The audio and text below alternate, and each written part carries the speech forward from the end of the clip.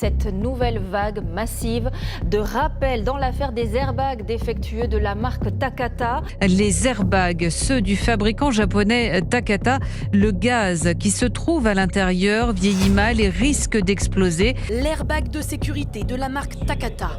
Avec le temps, il se détériore et peut projeter des pièces métalliques au visage du conducteur.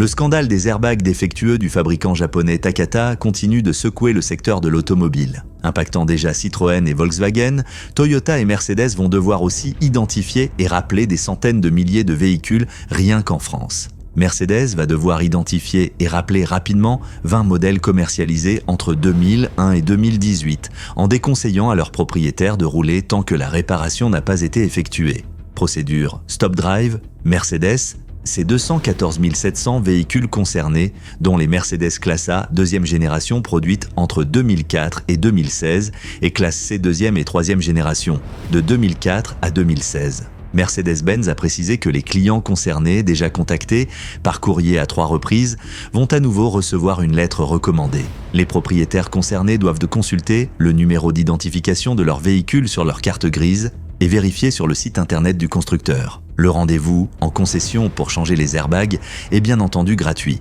Le gouvernement a également dressé une liste de tous les modèles concernés par la campagne de rappel.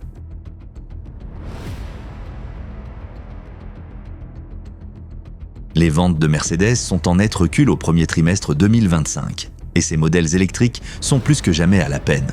Mercedes s'efforce de paraître très satisfait de ses résultats au premier trimestre, malgré une chute de 7% de ses immatriculations. L'ensemble des ventes de véhicules électrifiés a représenté 91 500 unités, soit 17,3% des 529 200 véhicules écoulés par le constructeur. Le tableau est moins reluisant dans le détail. Les voitures électriques ont vu leur vente reculer de 14% à seulement 40 700 exemplaires, soit 9,1% du total. Les hybrides rechargeables s'en sortent un peu mieux avec une hausse de 7%, soit 46 100 livraisons. Côté utilitaire, c'est une progression de 59% des ventes en électrique. Cependant, cela ne représente que 4 700 fourgons Sprinter et Vito, soit 5,7% du bilan de la division véhicules utilitaires. La marque compte beaucoup sur la nouvelle CLA pour relancer la machine, y compris sur l'électrique.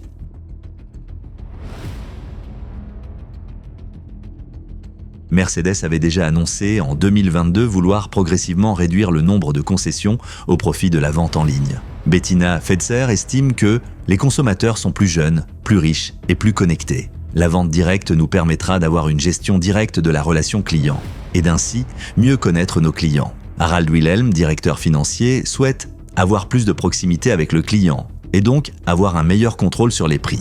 C'est pourquoi nous nous éloignons du rôle actuel de concessionnaire. En Angleterre, Mercedes a déjà vendu ses locaux et est passé en cessation d'activité. Cela fait suite à plusieurs années successives de pertes financières. L'objectif final de Mercedes est de générer jusqu'à 1 milliard d'euros tout en réduisant ses coûts de fonctionnement.